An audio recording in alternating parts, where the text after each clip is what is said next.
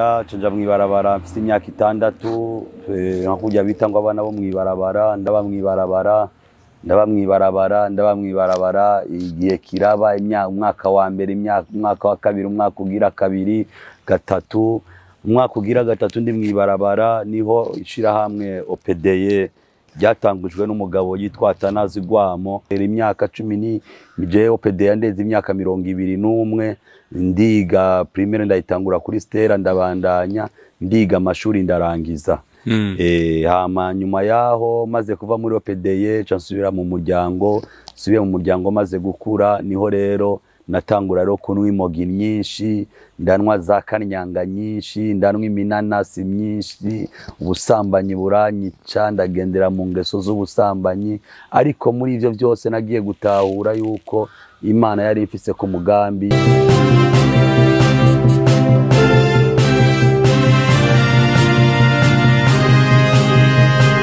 Mwaramutse nshuti bakundwa abandi mwiriwe bivanye nawe muherereye nk'uko mubibona imbere yacu hariho umupasiteri tubanje kubahereza kaze abantu bose bakurikirana Kurema TV twababwiye ko tuzagenda tubagezaho abantu batandukanye abanyempano batandukanye. Rero bakunzi ba Kurema TV twari tumaze igihe dusa n'abashikiriza ubutumwa mu ndirimbo abantu benshi barasiga bandika tese ijambo rero bajya abantu bari kwatubwira ngo ijambo ngiri riraje kugira ngo rije ku bwanyu. Reka dutangire pasiteri atubwira uwari we n'ibyo akora.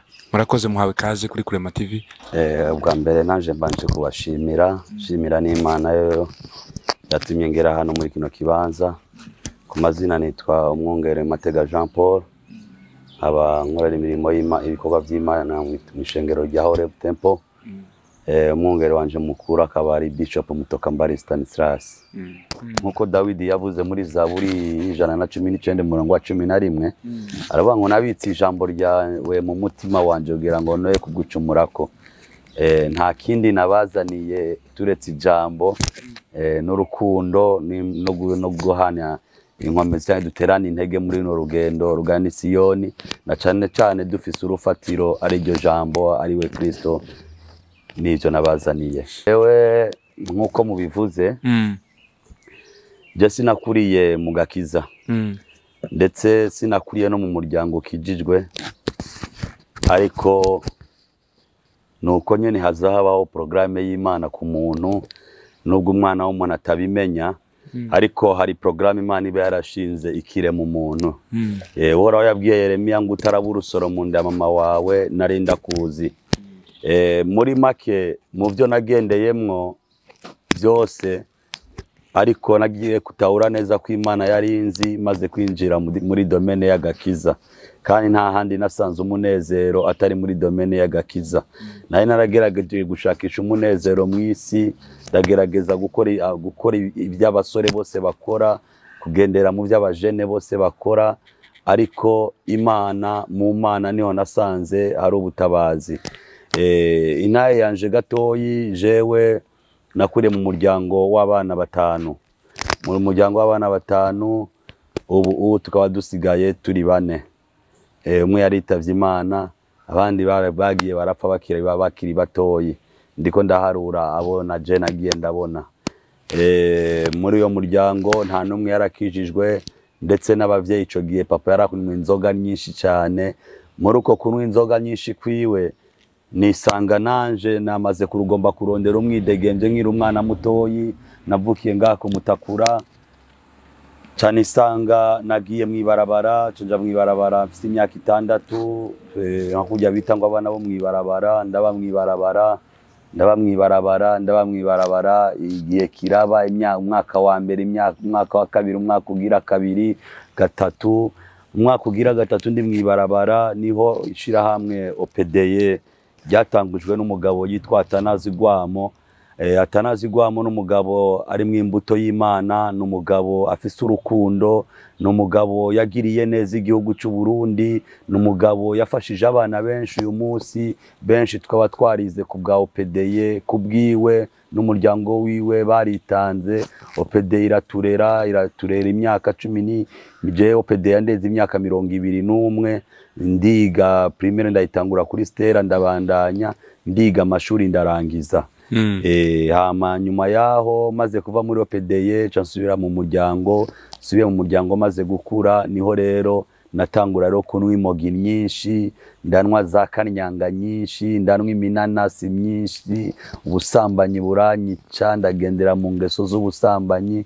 Ariko muri ivyo byose nagiye gutahura yuko Imana yari ifise ku mugambi. Wahabaye kubera ubushobozi wasanze muri famiye cyangwa wahabaye kubera gusuburara bwa wenyine? Mwibarabara nahabaye kubera uburara bwanje jenyene, nagomvye umwidegemvyo mu muryango, ariko umuvyeyi yarankarira cyane, bituma mpitamwo guhunga.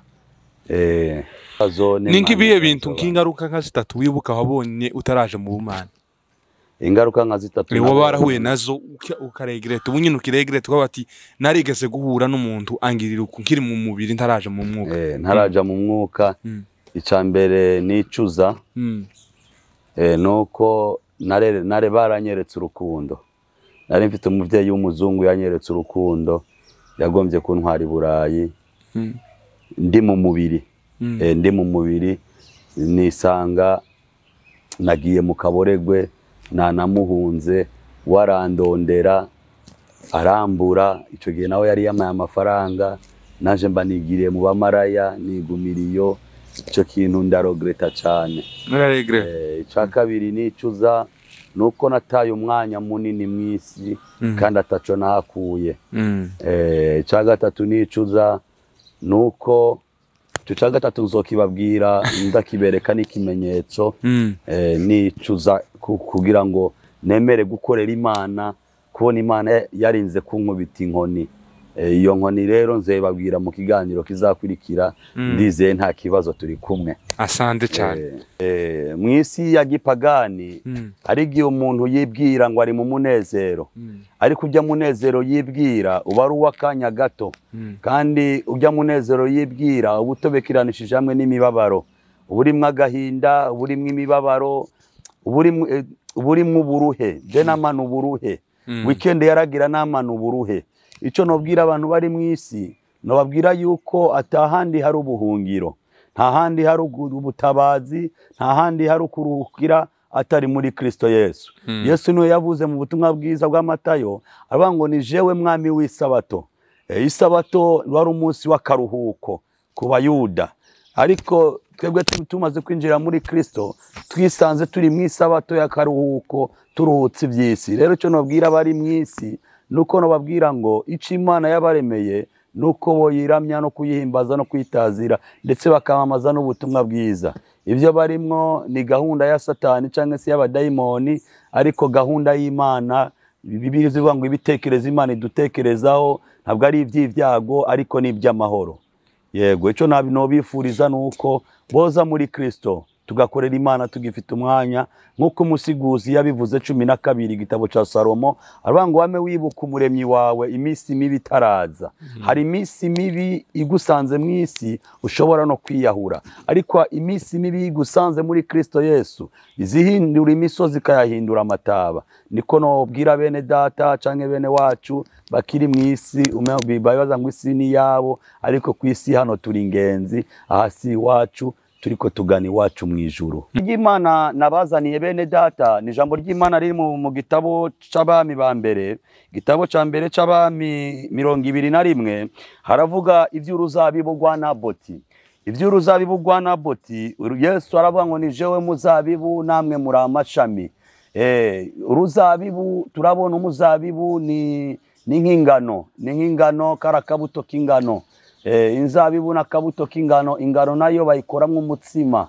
Umutsima nawo Kristo yaravuze ngo ni jewe mutsima w'ubugingo, nta uzonirya ko ngo asubire kandi gusonza cyangwa se rugira inyota, nta uzonwa ko ngo asubire kugira inyota y'ikindi kintu. Haleluya. Jambo ry'Imana ndanzi y'amajambo iravuga ngo ivy'uruzabibu rwa Naboti. Kandi hari umuntu yitwa Naboti w'i Yezireli, yarafise uruzabibu aho nyene i Yezireli, rubangikanye n'urugo rwa Ahabu umwami w'i Samariya. Buke Ahabu abarira Naboti ati, mugore uzabibu rwawe kugira ngo ndahagire umurima w'imboga kuko ruri hafi y'urugo rwanje. Ako nakagaye k'abadayimoni mu izina rya Yesu. Nanje ndaguha urundi rurutugo mu gishingo cago, canke niwagomba ndaguha amafaranga aruciye. Naboti yishura Ahabu ati, nuhoraho ntakavyumve ko noguha ishamvu yabasokuruza. Imana idufashe cyane. Jambo ry'umutwe tugiye kwiga ko ni jambo rivuga ngo gumya ico wahawe utacakwa, gumya ico wahawe utagitanga. Ico twahawe agakiza ku buntu, ico dufise twagiriwe ubuntu turonka Kristo Yesu. Gira ijambo ndiko ndariganisha ku bantu bamaze kumenya Yesu nk'umwami n'umukiza, n'abataramumenya bamenye yuko kumenya Yesu nk'umwami n'umukiza ni umugabane umuntu abahawe. Umwami Ahabu yarabangikanye uruzabibu rwiwe rwari rubangikanye n'uruzabibu rwa Naboti. Naboti yari umuntu mutoyi cyane. Ikibazo Naboti yagize nuko uruzabibu rwiwe rwari rubangikanye n'abantu bakomeye. Haleluya. Nuko uruzabibu rwiwe, Ahabu yari umuntu akomeye, yari umwami, yari umuntu akomeye cyane, ari umuntu akomeye cyane. Aca yibaza yuko byose ashobora no kwanduza uruzabibu rwa Naboti. Amubwira ngo Naboti, mugore uruzabibu rwawe maze ndagwirimiremo imboga. Ako n'agasuzuguro k'abadayimoni kabisa. Sinzi uruzabibu we ufise. Haleluya. Uruzabibu dufite uyu munsi cyangwa se umugabane dufise nakagakiza twakiriye, nakagakiza katuri mu isi, duhanganye n'abanyembaraga, duhanganye n'ubwami butaboneka, duhanganye n'imyuka mibi. Paulo navuze ngo abo tugwana saba inyama n'amaraso, ngo ariko ni mpwemu mbi z'ahantu ho mu kirere. Izo mpwemu mbi tuzirimwo, ariko nubwo tuzirimwo hari ico dufise, hari ico dufise nk'agakiza. Niyo mpamvu naje ndakubwira ngo gumya ico wahawe utacakwa. Hari ibintu bishika bitanu canke binarenga bishobora gutuma utakaza agakiza, canke bishobora gutuma utakaza umugabane wahawe. Haleluya. Nashimye ijambo Kalebu yabwiye Yoshua igihe bariko baragabura ishamvu. Kalebu yabwiye Yoshua ngo wibuke ijambo Uwiteka canke se Imana yavuze turi Kadeshi Baruneya igihe twariko turatata igihugu. Yego yaravuze ngo aha hantu ngo arahampaye, Yeburoni arayimpaye.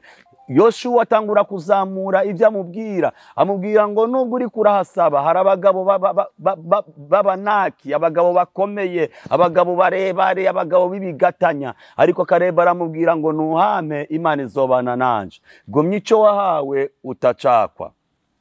Muri kino gihe turiko turabona iterambere, turiko turabona isi iragenda ku muvuduko muremure, turiko turabona amashengero, turiko turabona abitwa abakozi b'Imana, turiko turabona abitwa abakizwa bagomvye gusa n'isi. Isi ntiyifuza ishengero, ahubwo twebwe twitwa ko dufite uruzabibu canke dufite ico dufise, nitwe twifuje kwambara nk'abisi, nitwe twifuje kuvuga nk'abisi, nitwe twifuje kugenda nk'abisi. Kumwe Abisirayeli barekura Imana nyamana, babwira Samweli ngo bagiramwa kwa Samweli, baramubwira ngo raba wewe urashaje, n'uruvyaro rwawe nta muntu muzima arimwo yodusigarana. Rero kugira ngo wewe dukomeze gukorera Imana, dushakirize natwe umwami wo kutuganza natwe duse nk'ayandi mahanga. Imana idufashe cyane.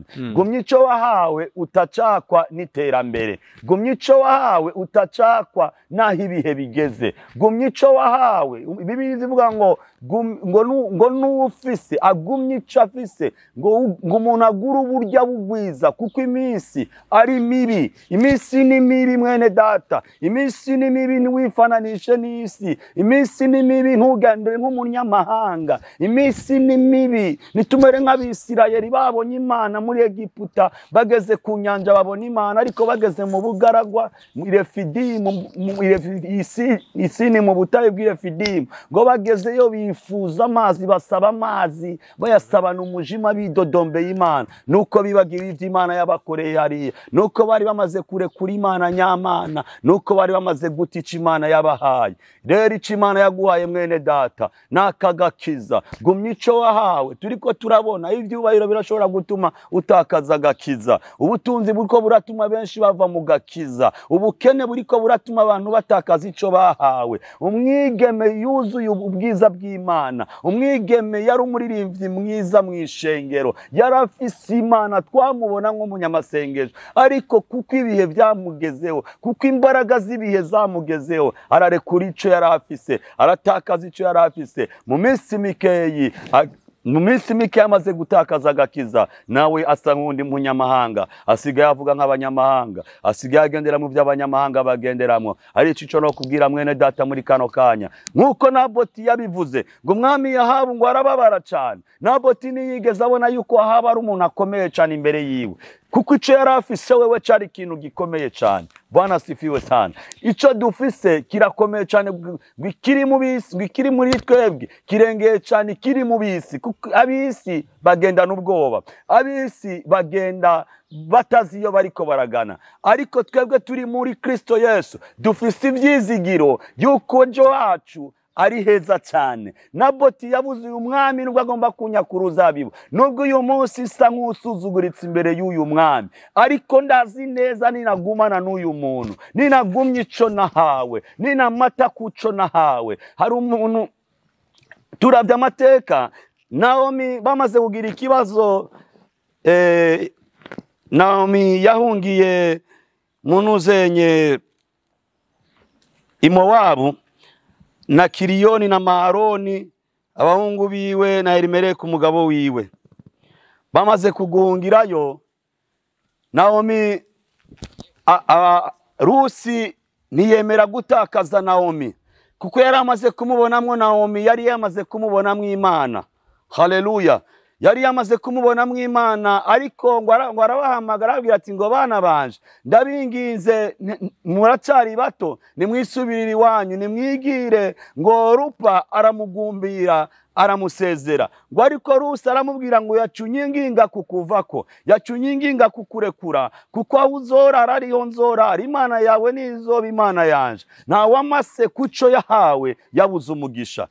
Ikindi cyo twahawe mw'isi, twahawe umwana w'Imana, twahawe Kristo Yesu. Yesaya niwe yabivuze neza mu bice 6, avuga ngo kuko umwana w'umugatu atuvukiye.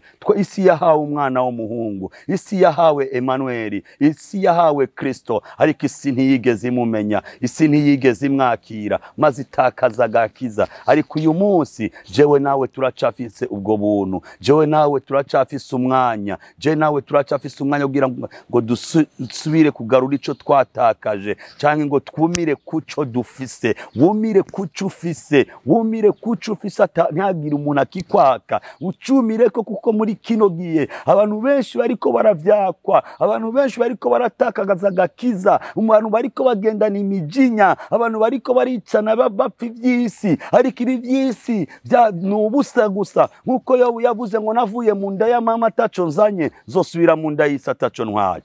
Mwene data, mu mwanya w'iri jambo ndumva ata amajambo menshi navuga, ariko no kubwira ngo gumya ico wahawe, gumya ico ufise utacakwa.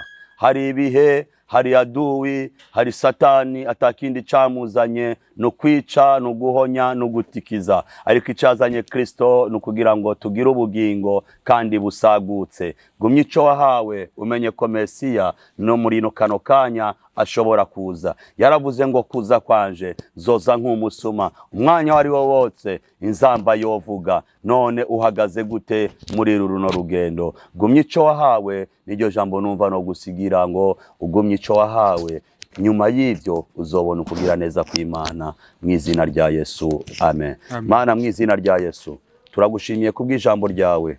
Ijambo ryawe ni ubugingo.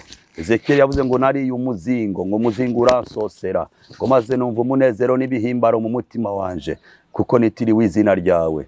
Yeremiya aravuga ngo amajambo yawe yarabonetse ndayarya, numva umunezero, ngo yarayariye. Yo jambo ni wewe Kristo, jambo ni wewe Yesu, jambo ni wewe utanga amahoro, utanga umunezero. Reka rino jambo mwami Yesu aho rigiye kugera hose Mana rigire impact nkuko ryarikoze muri Efeso. Ngo Paulo ariko aravuga ubutumwa bwiza muri Efeso, imbaraga z'ijambo ziramanuka, imbaraga za Yesu ziramanuka. Paulo ngo avuga abwirije ubutumwa bwiza ngo barabapfumu n'abakonikoni n'abanyamareba bare kuri ibyo bari bafise barabiturira. Nanje ndavuze muri kano kanya databuja, utarafise re kumuhe, ufise re kumukomereze mu izina rya Yesu. Databuja ndasengeye na kino gikorwa bano bakozi bawe bariko barakora, komeza ubagurira imbago nkuko waguriye Yabesi, natwe kibirengeye kizima ukomeze kutugirira neza, uturindire mu ruzabibu mu izina ryawe ryera Yesu Kristo dusenze ibyo twizeye.